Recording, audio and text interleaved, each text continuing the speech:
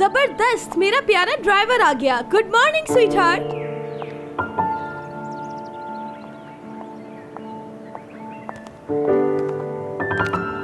Good morning. Good morning. Stop stop, मैं अपनी गाड़ी का दरवाजा खुद खोलूंगी।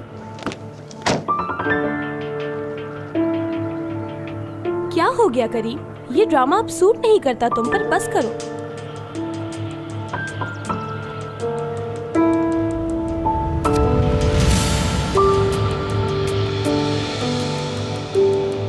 जवाब दो।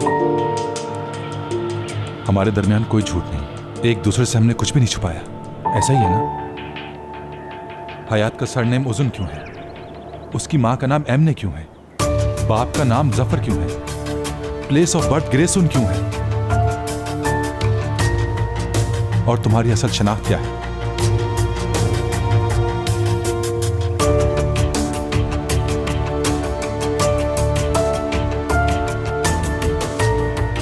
तुम लोग क्या करती फिर रही हो? लाओ मुझे दो ये कार्ड। क्या बात कर रहे हो तुम करीम, यानी क्या करेंगे हम भला? पागल हो गए हो तुम क्या?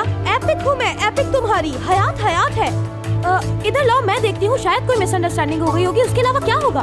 कसम खाओ, बताओ मुझे, ये आईडी अगर हयात की है तो हयात असल में कौन है? हाँ,